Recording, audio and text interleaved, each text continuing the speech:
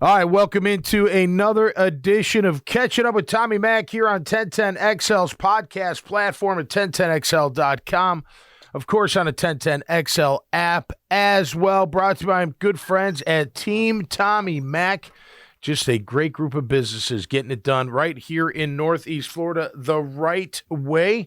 Of course, I'm in the 1010XL studios. We're also live on Facebook, which will then be shared all over the place, every platform you listen to or watch your favorite podcasts, and all over social media as well. Courtesy of Grammage, my esteemed producer, who's working on. Do you have a good connection there, Grammage, on the thing? Okay, very good. How you doing this morning, my friend? Doing all right? Oh, yeah. There you go. Good morning to you. Doing fantastic. Yeah. The weather's been phenomenal for like 2 straight weeks. So. I know. I took a walk on the old beach yesterday, man. It was awesome. So gorgeous. It's a good thing that I live where I live because, like, I'm sure if I was more used to more like overcast weather and stuff, I'd get more used to it. Yeah. But dude, I get like sad when it's like rainy for more than like a day and it's like cloudy and I don't see the sun. I hate it, man. Well, here's what I'm trying to fix, man. I got some kind of crap going on with my my Facebook, but that's all right. I could live with this weather year round. Like, I like the cold in the morning. You know, I don't necessarily like waking up and it's cold. You know, because not cold like up north cold, but I know what you're saying. Yeah, just chilly. And then, but then it warms up with the sun, and then it's beautiful. I mean, from whenever it starts getting warm, like 10 o'clock to like 5 o'clock, oh, man, that's some of the best weather that you can ask for. You don't need AC. You don't need heat. You got it all. Sometimes you got to be in the sun. Like if you're in the shade, sometimes like, man, it is a little still breezy. A little bit, but nonetheless, man, look, I've been here, I don't know, 28 years. I think my blood has thinned.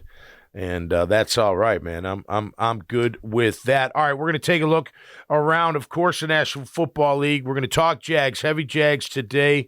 A lot about the offensive line and center position, free agency and draft. I've got my thoughts on that. I've also got my thoughts on maybe the skill position lineup for 2024, what I think maybe could happen. I think it's a great lineup. We'll talk about Foye Oluokun. I know there's talk out there. Should they keep him? Should they not? We'll talk about that. We'll talk draft a little bit, and we'll also take a look around the NFL, like I said. Interesting story out of Buffalo with Dion Dawkins, the beast offensive lineman, and what he had to say on a podcast.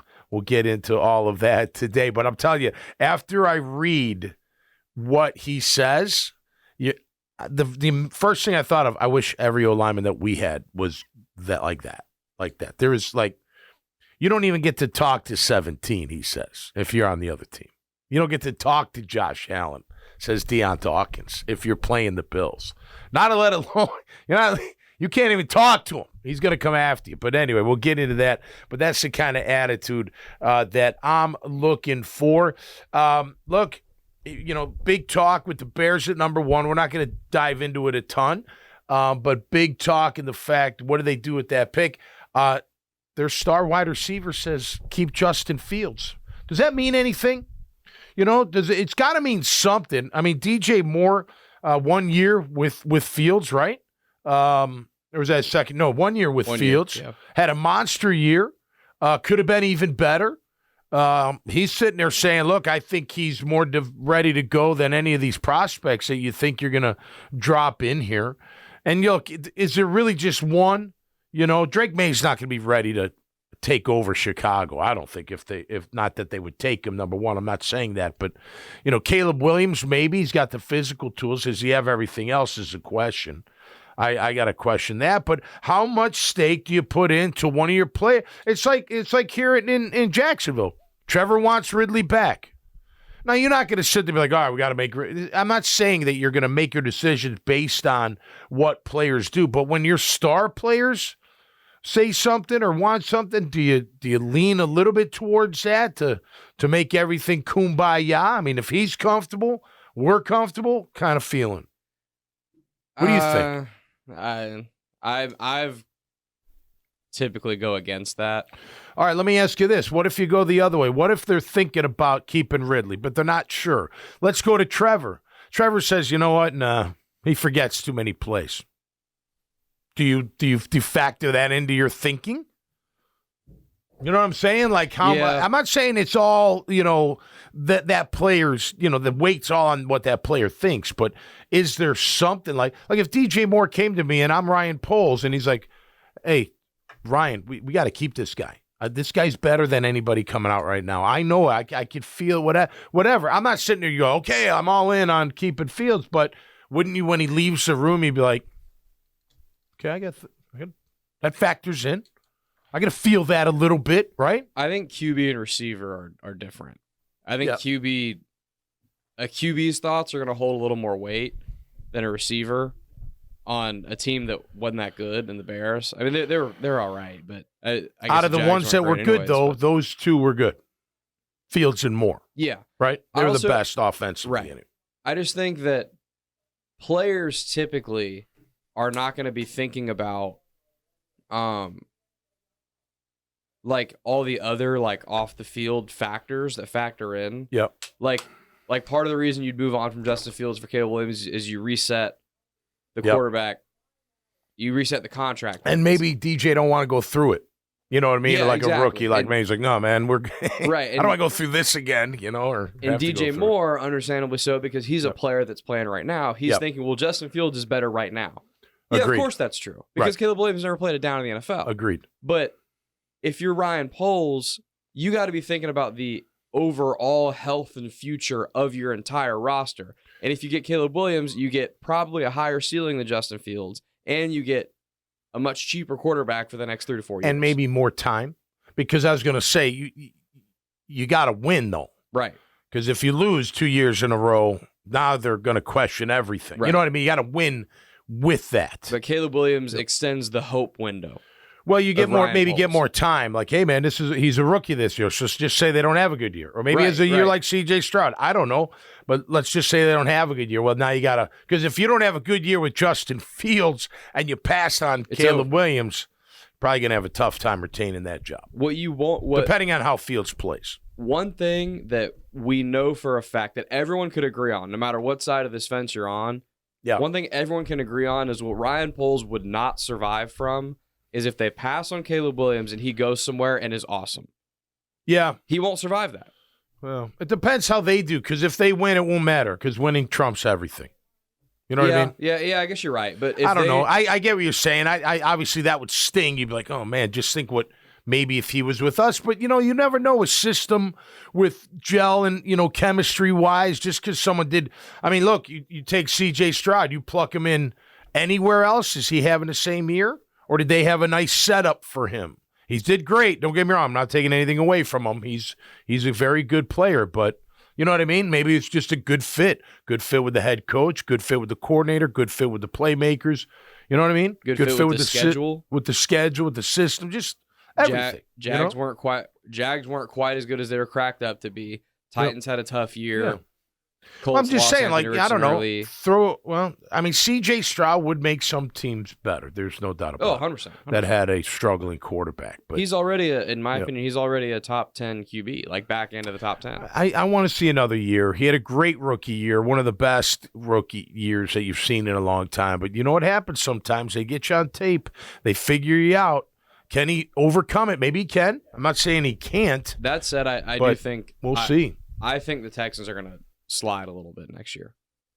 Depends how he does. I don't know. They did hit on both first round draft picks. Will Anderson had a nice year, man. He's going to be Tank Dell is awesome. Oh, Tank Dell's going to be he's going to be. He had some injury this year, but he's going to be really good. But they got it going on. They definitely got it going on. But whatever. That's way out there in Houston. Real quick on the I can't believe Cam Newton got and I love the memes or whatever, the quotes, because he's got the Wicked Witch of the West hat on, with his hair coming out, and it never came off. Like, why would you attack? Why would you even have any kind of beef at a 7-on-7 football tournament that you're not playing in, right? You're not actually competing in, and you're going after the guy that it's his. It was Cam Newton. And I don't know. And you got to bring two buddies? Like, this is a problem with the world today, man. And people, some people, not all people, think that that's okay. Like, oh, yeah, you jump in. No, you don't jump in. Like, whatever happened in one-on-one. Now, look, I'd never let my friend get beat up. There was no way. I wouldn't let him get the crap kicked out of him. You hit him a couple you know what I mean? Hit him once, whatever. I'm not just going to let you, wallop him into the turf. But I wouldn't. It just seems like that's the thing these days. The sucker punch, the jumping in. Like, it's not, that doesn't make you tough. It makes you weak. It's like you're a wuss when you do that. But why go after Cam Newton? And I told you this off air. Like, my Avery and I, my oldest, she was probably 14 at the time, almost 10 years ago or 9 years ago. And Carolina was our opening game. And we're on the field when they used to let us go wherever we want on the field pregame. And here comes Cam Newton walking by. He was a rookie. I was like, And my Avery's like, holy cow, Dad, that guy's huge. I'm like, that's the quarterback. She's like, oh, we're in trouble today. But he was so impressed. I don't know. Besides size, I just don't understand that. But, hey, Cam, you know what? Take no grief from nobody, man. I'm surprised he didn't throw a bomb. He had a chance to. I know he went for the toss off the stage, which looked pretty successful overall.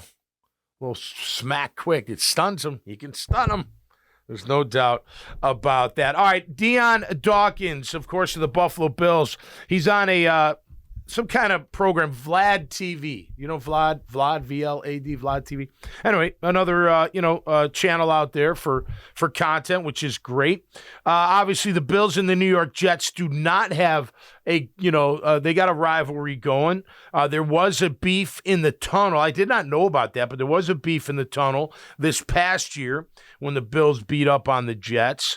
Michael Collins, a defensive lineman who was talking all types of grief, Dion Dawkins went after him. The reason I'm bringing this up is, now granted, Dion says, I hate all the Jets. I hate every one of them except Quinnen Williams because he's got to go against him, I guess, occasionally.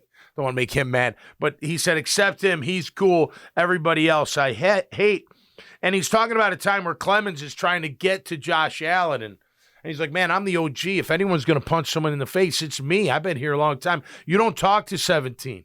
You don't talk to 17, man. You stay on your side. Anyway, the reason I bring it up, that's the kind of attitude that we need on this offensive. That's what I'm talking about. And I think Cam has that. I think Anton may have a little bit of it. He may have even more after his, not going into his second year. But that's what I'm talking about, man. Like, you're the bodyguard of Trevor.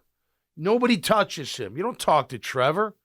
You think about, like, I don't know, have you ever been I've seen it plenty of times back in the day, but you had a party and there's some famous people there and they're surrounded by bodyguards and you don't just come up and talk to them. You don't. Bodyguards, get out of the way. What are you talking about? Like, get out of here. You know what I mean? But I love that attitude, and I hope our offensive linemen across the board get to that kind of attitude. I thought we had it. We clearly didn't have it in 2023. So I think that's got to be part of the factor. Look, we're talking about center. We're talking about guard. You got to be athletic to play in Doug's scheme. There's no doubt about that. Your center has to be very athletic. Fortner is very athletic. He can pull. He can get around. He can do all that. But you have to be athletic. Now let's find some nasty in that athletic. You know what I mean? Bring them two together. We can't. Jason Kelce does it. One of the most athletic centers to ever play the game at that position, and he brings the nastiness. That's the kind of guy that I want to see. But I'll tell you this, Scramage, because I know a lot of people talking about the kid out of Oregon. Jackson Powers Johnson. Yeah, CPJ, I think is his name, right? JPJ. I don't want you to reach for him because we have a needed center. If he's the highest rated guy right there at 17, fine, but not if he's number 29. I see him at the lower first round as far as grades. There's some other centers that are out there as well, but man, I want to get some aggressiveness in here, some nastiness on that offensive line. I agree on you don't want to reach too far. If you're picking at 17 and he's on your board at 31, and you've got 10 or higher, forget it. And you've got 7 other players, and 4 of them are at positions you could use. Yeah. Like, I get it. I will say, I do think that in the last couple of drafts, I do think that the Jaguars have suffered from sticking to the board a little bit too much. And there's just been guys that have been taken that don't play. I mean, it hasn't been quite that early. It hasn't been like first-round picks, but like Chad Muma doesn't play. He doesn't see the field. Yeah. And that was a value pick. No, I know. That was a high value. No. He plays special teams, but that's not. You don't take a special teamer in the 3rd round. No, and Ventrell Miller. I agree with that. I know Ventrell Miller got hurt, so that's not totally fair. But Ventrell Miller could have been totally healthy. He still wouldn't have played. Yeah.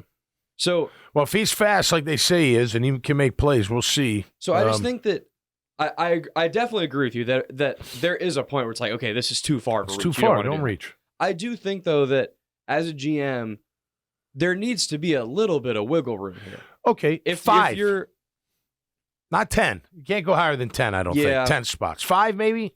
Yeah. If you're picking at 17 and you've got him, like 22nd on your board, and, the guys between your pick and him play, there's a quarterback in there, and there's another inside linebacker in there, and positions you don't need. Yeah. Then I'm cool with the reach because I think that the need closes the gap. But you can't draft just on need, but I don't think you can also draft just on best player available. Well, and it's not their only need, so that's part of the problem. Yeah, 100%. Right? I mean, because you got some tackles that could be coming through at that moment. You got a corner or two that could be there. I'm talking 17. Yeah, and if you stick at 17, you're gonna have some options, especially at. Sorry. No, you're all right. Especially at what? I was gonna say, especially at tackle, because I know what you just said, and I agree that like. The nastiness and the attitude is super important. Yeah. That said, there's almost no way Cam Robinson is going to be here next year, unfortunately. I kind of have that feeling too. But here's the thing, though. I think you got to grab a tackle then because, again, I know it sounds like I'm always on Walker Little. I like Walker Little. I've met him. He's a nice guy. It's like got nothing to do with that. I just know nothing in the NFL happens without a reason. And there's a reason he's never been the guy. I don't know why. Yeah.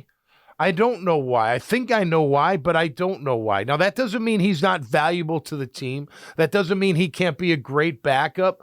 But I think if he's going to be they would have named him the guy. It wouldn't even – and I'm not talking now. He's had plenty of times to capture positions, to be the starter. He's never taken a position, put a stranglehold on it, and said – Never taken. He's filled in nicely. You got to give him credit with that. He has. When called upon, he's filled in nicely. But when starting he just doesn't.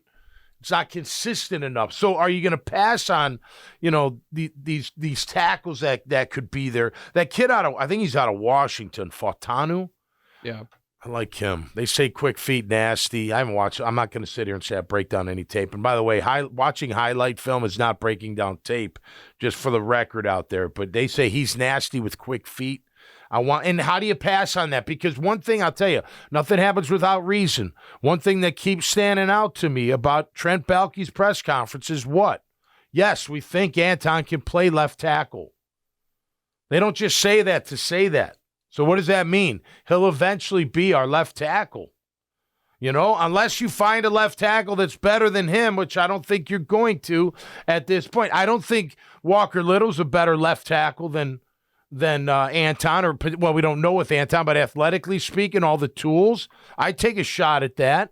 Can Walker play right tackle? I don't know. He hasn't really taken over that position. He had a chance to with Jawan Taylor. Jawan fought back and won that job and had the best year of his career, and now a Super Bowl champion with $60 million guarantee. Good for him. I mean, I will say, the way the world works is phenomenal. I agree with you that I wish Walker Little at this point would have taken over a position. I definitely agree with you there, at least one of the tackle spots. But I will also say, to be fair to him, they have moved him around too much. Okay. I mean, he's playing... why, though? Because he can't... To find where he fits best. That's true. It's and a two-way street, I agree. It's Baalke's guy. He picked him. So that says even more. Like, I picked him in the second round. He's got to be one of our starters. He's got to find a spot. There's no, so look, again, I think he's valuable. I just think they would call him the starter or be one of those guys if he was one of those guys. So do they figure that out? Look, there's some free agent centers that could be in the mix, and I'm not talking the top three, the Connor Williams. He's coming off an ACL, which was in week 14. Stud from Miami. He was at Dallas as a guard, was a stud there. Great as a center. Is he going to take less? You know what I mean? Could you get him at a good deal? I don't know. But there are a couple other guys I noticed that I think could fit. Aaron Brewer, the center for the Titans, very athletic. Again, you have to be athletic to play in this. If it's the same offense that Doug's going to run, you have to be athletic at that center position. They like for you to pull and lead the charge. They pull guards too, and they pull everybody, but they want that center ultra athletic. The kid from the Rams, they just let him go. Coleman Shelton. Don't know a ton about him, but he's in that top 5 ranking of the center. Brewer, I've watched play. I think he's a pretty decent player. There was a Brewer here. It's obviously not the same Brewer. Wasn't there a Brewer here? A backup? I think he's on this practice squad. There's a Blake offense. Hance. No, not Blake. Not Blake. I don't have that bad CTE, man. No. Anyway, I thought there was, but nonetheless, I think you can find a center. He doesn't have to be the best center. He's just got to be a really good center, and that fits what you're trying to do. And then the good thing is I feel like in this offseason, last offseason was we got everybody we need. We don't really need anybody. This offseason is we have multiple needs. And I think we're in a good spot at 17 to have a shot at multiple players that can be first-day starters from the get-go. And I agree with you on Cam. Back to Cam. I don't know. I feel like, especially if Anton can play left, and they feel he can play left, and he's going to play left, then you don't need Cam. And you save $16 million you don't against need, the cap. And Cam will go somewhere. He'll get a chance to continue his career as he should. He'll get, he'll do fine, but it might be time to move on from Cam. The injuries, the suspension. Listen, I'll tell you this, if you can guarantee me that Cam Robinson's going to give me 17 games at left tackle and play the way he played prior to the injury, prior to the, before the suspended year, I guess. Maybe the year, you know what I mean? When he's on point, I would take that. I would pay him the $16 million. But you can't guarantee me that. It's tough. It's just the injuries and the suspension, that's over with. I can't, it hurts, but it's more injuries than anything. Can you count on that? I don't think you can. Well, it's the injuries paired with the suspension. It's not that we're still grilling him for the suspension. It's just the fact that when you're came at a bad time, and when you're a guy that already struggles to stay on the field because of injury, you can't be missing 4 more games for something else. Right. No, that's the problem. If it was like it's a one-time isolated thing, like whatever. Like I'm not sitting here saying Cam Robinson. No, I know what you're saying, but you get what I mean. It's just the overall effect of like, dude, you just got to be on the field more for what they're paying you. Yeah. Like that's the issue. It's like Agreed. He's played, so he's been in the league since 2017. Yep. I believe 3 seasons, or I guess 4 now. Yeah. He has missed substantial time. I think it's 3. 3. It's 18, 22, and last year. No, you make a great point, because that's where the business side comes in. Yeah, we can't pay you to not be out there. We can't take the risk of you not being out there, because at a certain point that contract's guaranteed. You know what I mean? Like if you keep him at $16 million, regular season hits, it's fully guaranteed for the year. Then he gets hurt in week 3. I don't know. You just look. Anybody can get hurt. I understand that. But if Anton can play left, maybe it's time to just say, you know what? Be my left tackle. Kid's tough, man. Played through that shoulder injury all year. He's only going to get better, in my opinion. And I don't disagree with you that because we've talked about this multiple times, and we're both in agreement that like, man, we really wish Walker Little would have seized some sort of opportunity at this point. But that said, if Walker Little's one of my starting tackles opening day, I'm fine with it. I don't think it's like... I'm not going to sit there and say we're in trouble. They're not trotting out a liability out there. First of all, my whole point of bringing him up wasn't how I feel about him as a player. It was the fact that nothing happens without reason. And if he was the guy, 100%. He'd be the guy. We wouldn't even be talking about anybody else. He wouldn't be drafting anybody else. They may have never even drafted Anton. No, right. Because they drafted Anton because they knew Cam was suspended. Right, and if they thought Cam or Walker would be the guy, that's all I'm saying. Look, he's got all the tools. We'll see if he can. I don't know. Maybe they did. He was hurt. Got to give him, but by now you got to know one way or the other. And I think if he was my left tackle or right tackle or whatever, I would have named him as such. And you know this too, being a guy that played in the league and you had your own injuries you had to deal with. Like Cam at this point, it's really been his knees more. He's hurt his knees multiple times, like severely. No, I know. And the older you get, the more they have been injured in the past, the more likely it is to happen again, man. Right.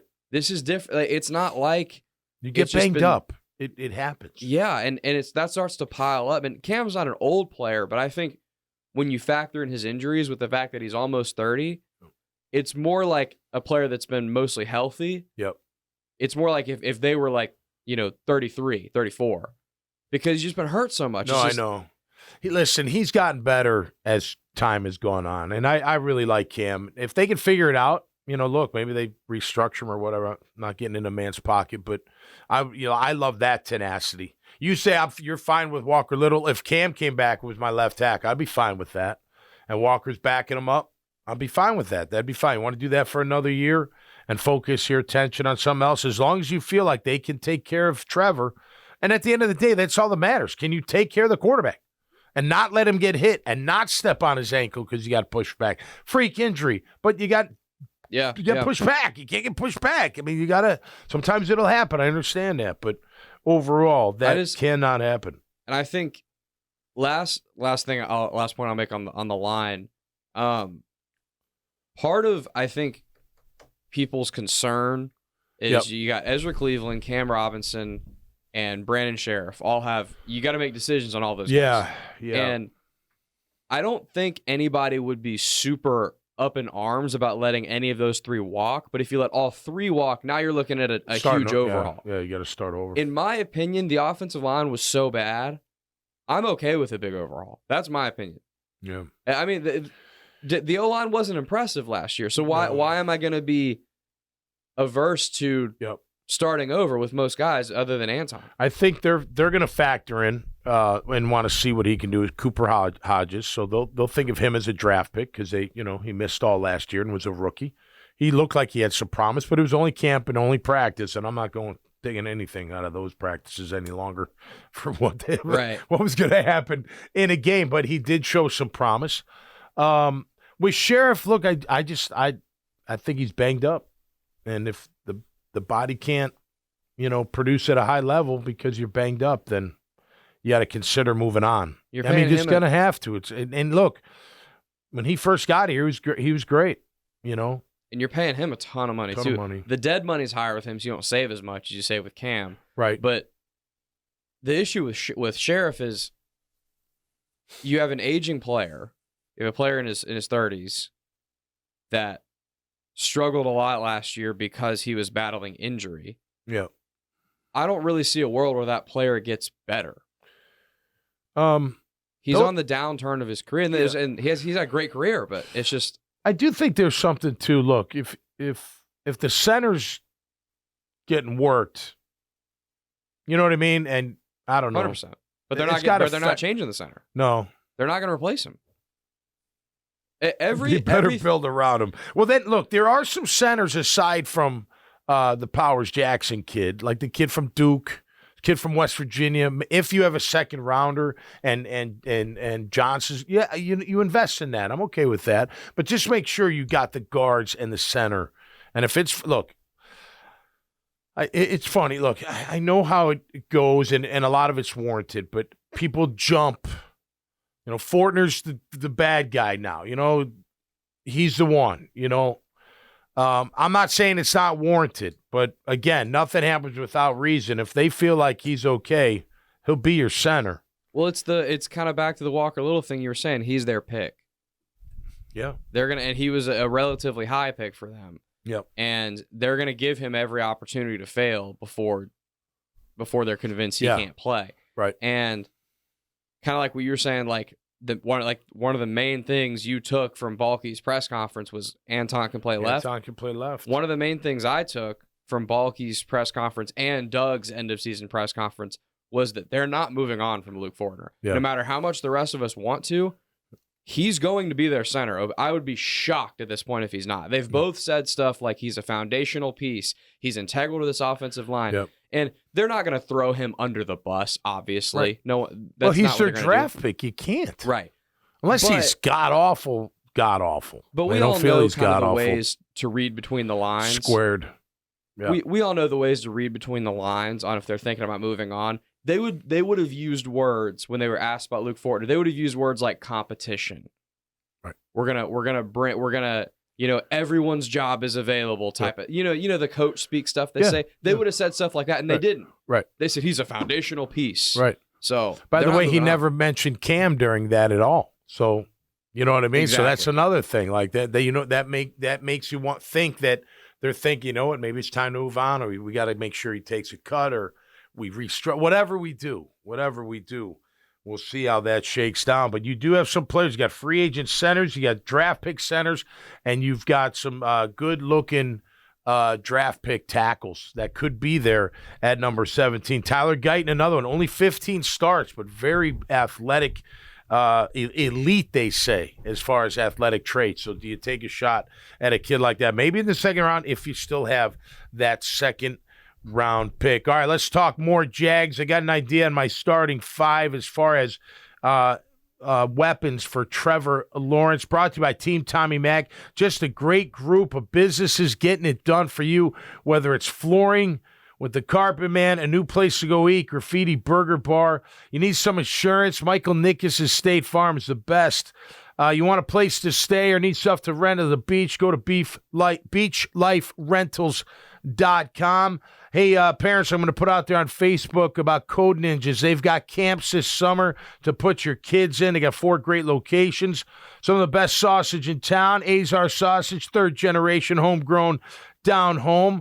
Homeware goods, indoor, outdoor, food, clothes included at less than wholesale prices. Family-owned and operated Solomon Ventures. Of course, get you out of jail if you get thrown in jail, and they'll get you out quick. Chris Rosero's Bail Bond's number 1 name in the bail bond game. And J-Dog Junk Removal and Hauling, veteran-owned and operated. Hey, all you contractors out there, check them out. They've got a ton of big dispensers for you to throw all your construction and debris in, and they'll do it at a very competitive price. I believe I got them all, and there's room for more, so stay tuned for all of that. All right, how about this, my friend Grammage? Okay, I've been saying very vocally, however they got it, I want them to keep Ridley, okay? I want them to keep Ridley. I want them to also bring in a Gabe Davis. Big target, red zone, can get down the field a little bit. You got Ridley with him. Can you fit the 2 in? Remains to be seen. I'm keeping Kirk as my slot. I think when you've got pieces in place and he's healthy, he's one of the better slot guys in the league. There's no doubt about it. And Trevor and him got a great thing going on. Ingram, of course, he's our guy. He's going to continue to rise. And then the ETN. But think about that. Ridley, Davis, Kirk, Ingram, ETN. Pretty darn good, five-some of weapons for Trevor to go to. Question is, can they fit it in? I don't know if they can. Obviously, a lot of things have to happen. We were talking about the offensive line, but Gabe Davis, to me, is that kind of guy that we need on this team. A possession type that's physical, that will get after it, and a big target for Trevor to make some plays in the red zone. So you're letting Zay Jones go? Yeah, Zay's got to go. I like Zay a lot, man. I do, and I know the injuries hurt him, but I don't know. I just feel like maybe it's time to get some even bigger targets in here for Trevor. Give him a better chance to complete more passes. I think you need Ridley for the deep, I tell you what's interesting, last in camp, I mean, Zay looked like a number 1. That was camp, but if he was healthy, let me ask you this question. If Zay was healthy and you don't have to do anything with his contract, would you just let Cal go? If you could fill in his replacement, say Gabe Davis comes in to replace Zay and Zay slides over to replace Ridley. very hypothetical. I doubt it'll happen, but what do you think? Can he handle it? I don't know how much I like Gabe Davis. Is my issue. Okay, I don't think I'm a huge Gabe Davis. Yeah, man, I like him. But go ahead.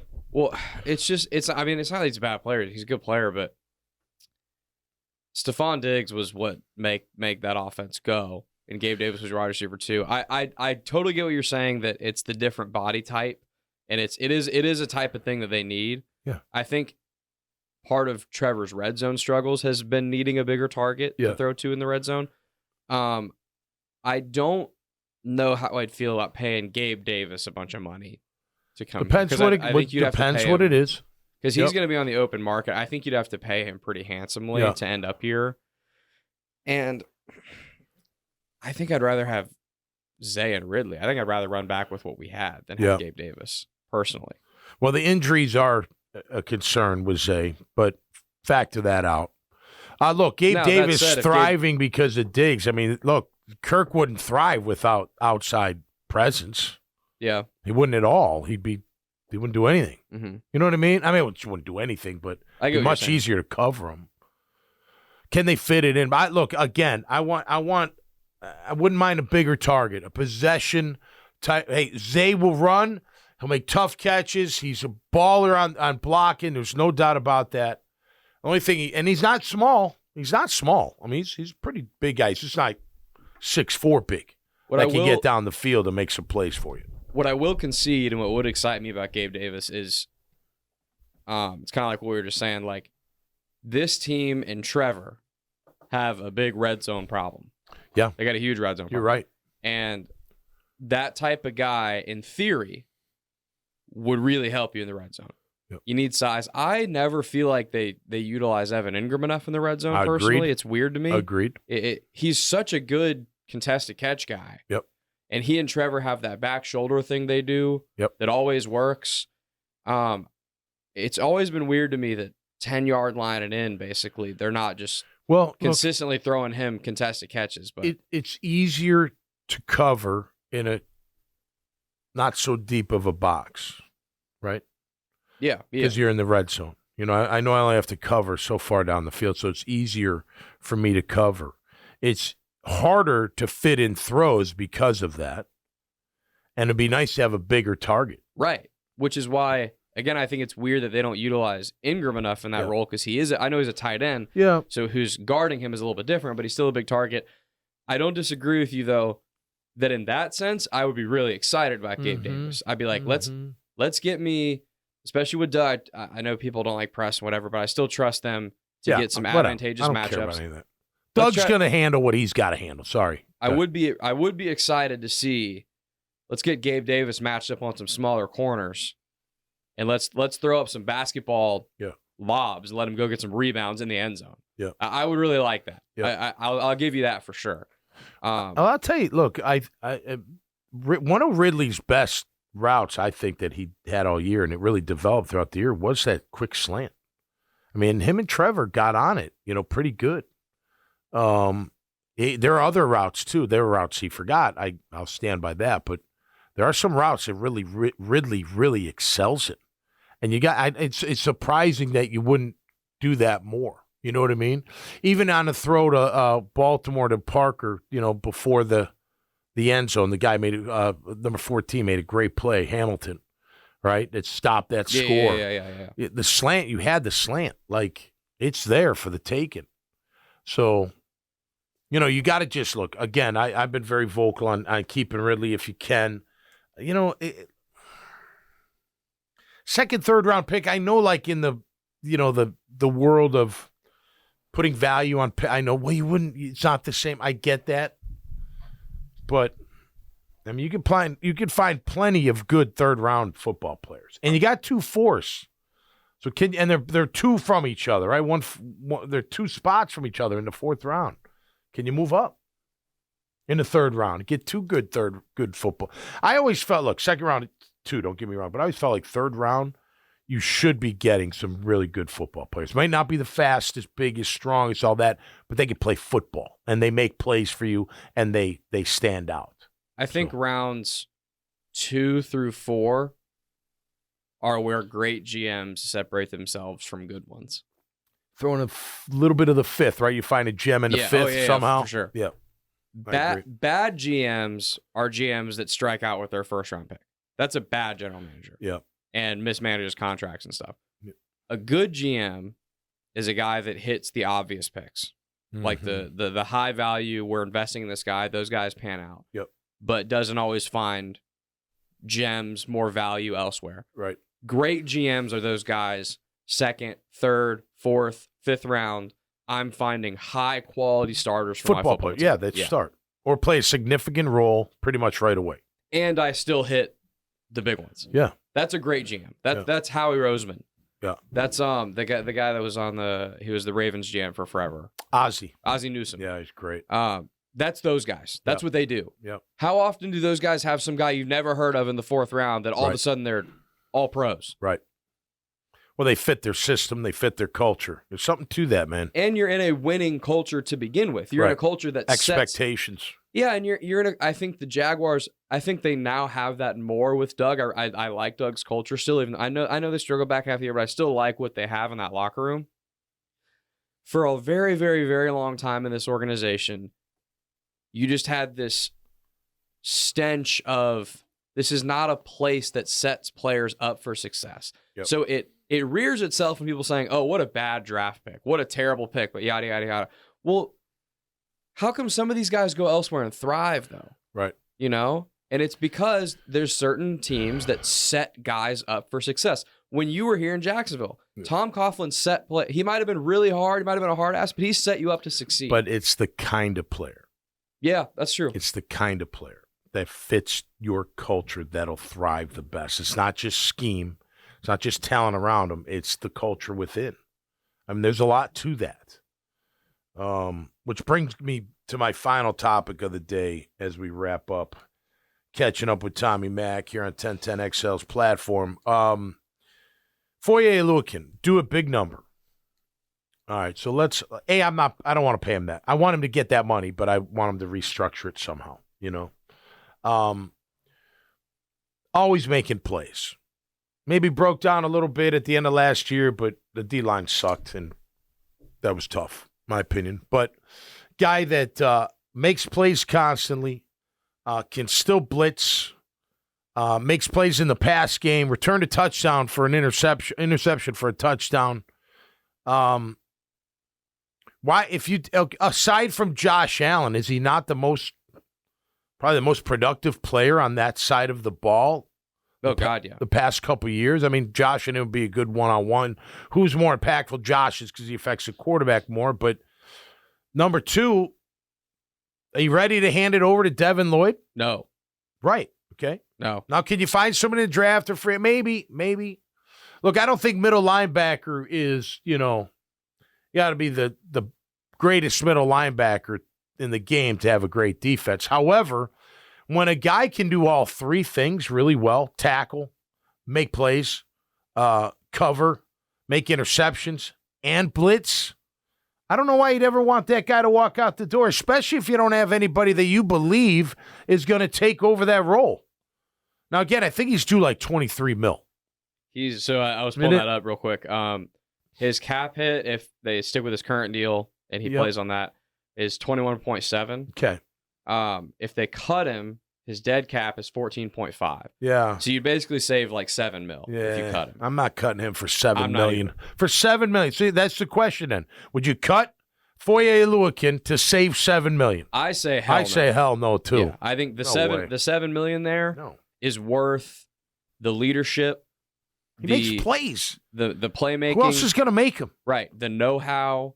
We were talking about this last night in Dylan Denmark Pockets. Yeah. We had our podcast last night. We were talking about this, and he brought up he wants to keep Foye, but he just brought up like kind of devil's advocate. He's like, how often does Foye make like big splash, like impact plays? And I was like, well, he had the pick six, obviously, that arguably won that game. So that's a big one. But also like, how often did he make a tackle at 3 yards that if he doesn't make the tackle, the running back gets a second level and it becomes a 40-yard gain?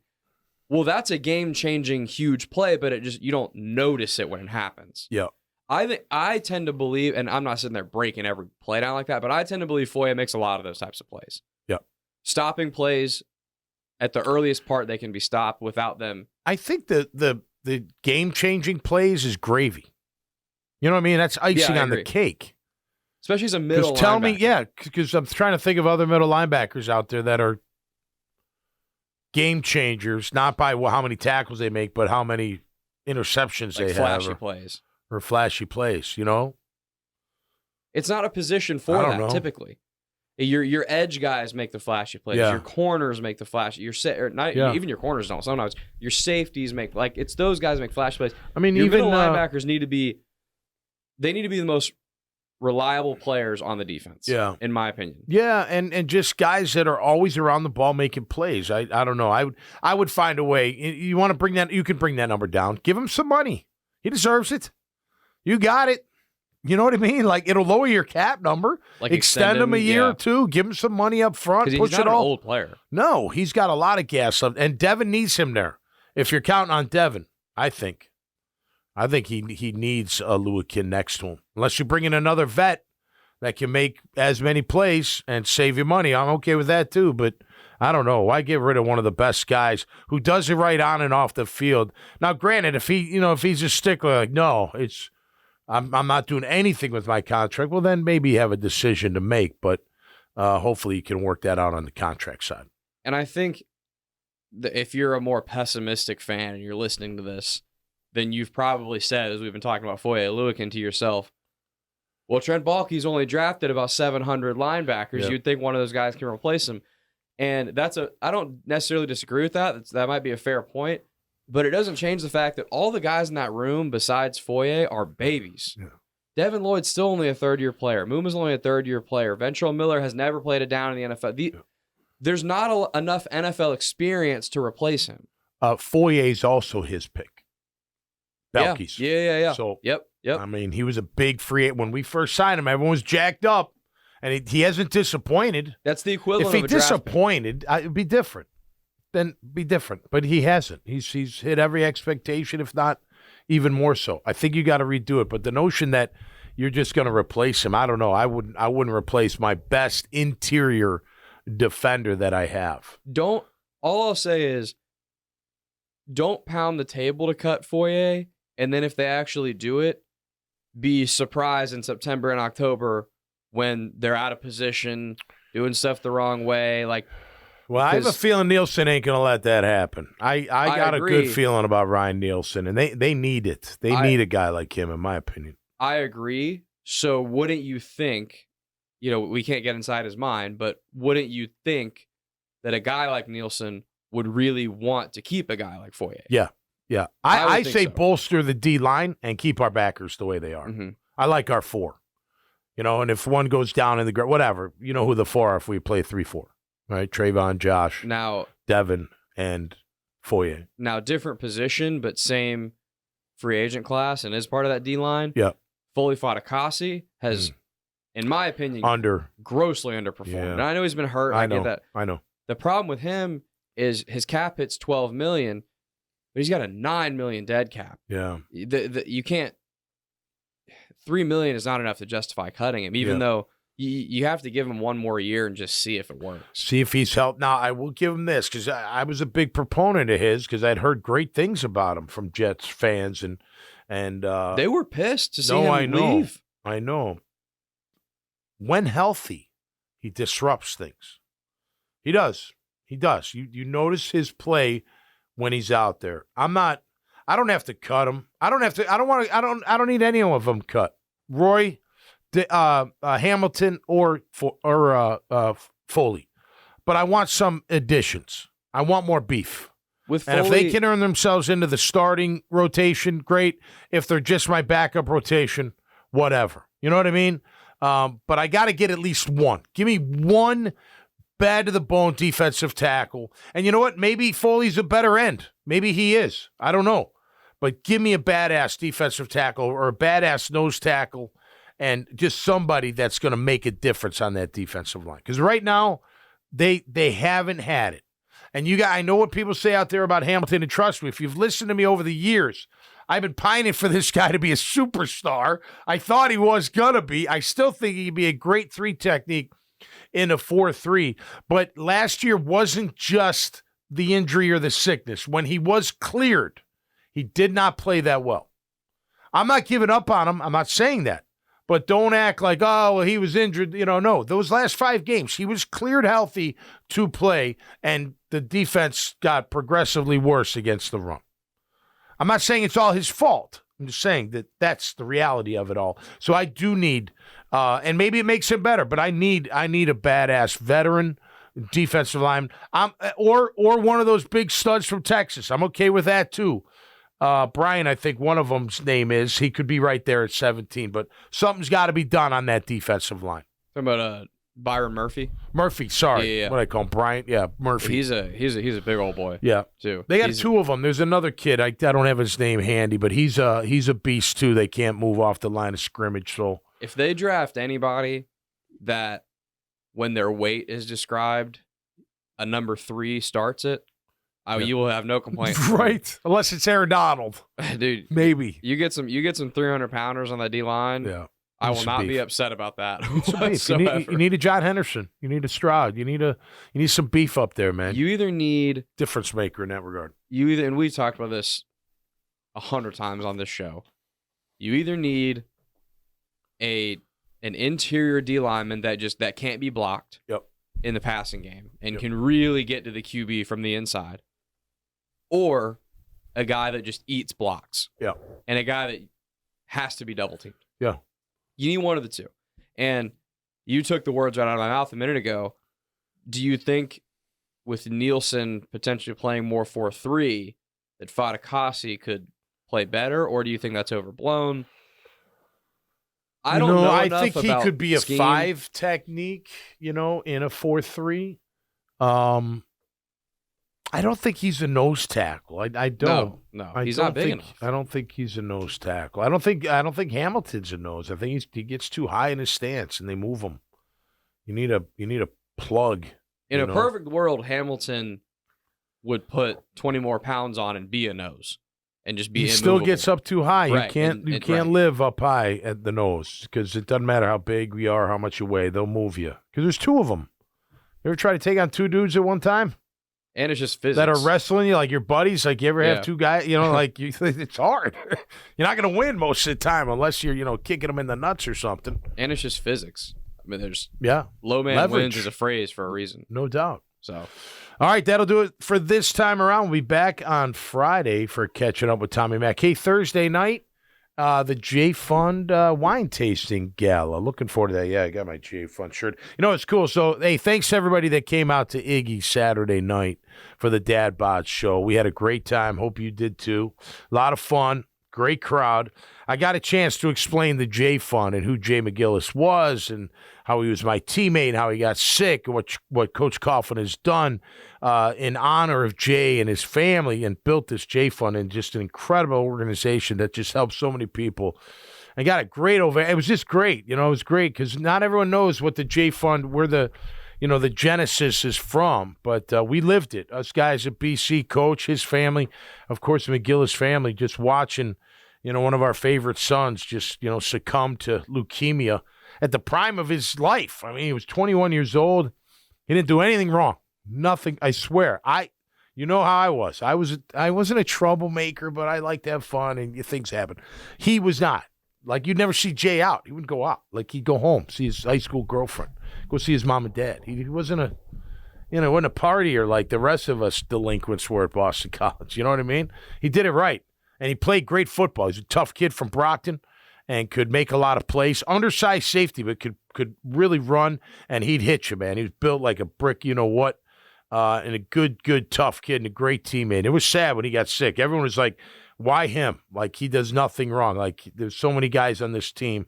I don't mean it like that, but you're like, why would it happen to Jay McGillis? But what Coach saw and what he witnessed turned into building the J Fund. Kelly Coughlin, of course, and Coach and Rita, all of you, Edie, all do a fantastic job, and even over there at Adaptive Jags with my daughter Avery helping out with the J Fund, which brings me smiling ear to ear. So hope if you see me out there Thursday night, by the way, it's inside the stadium.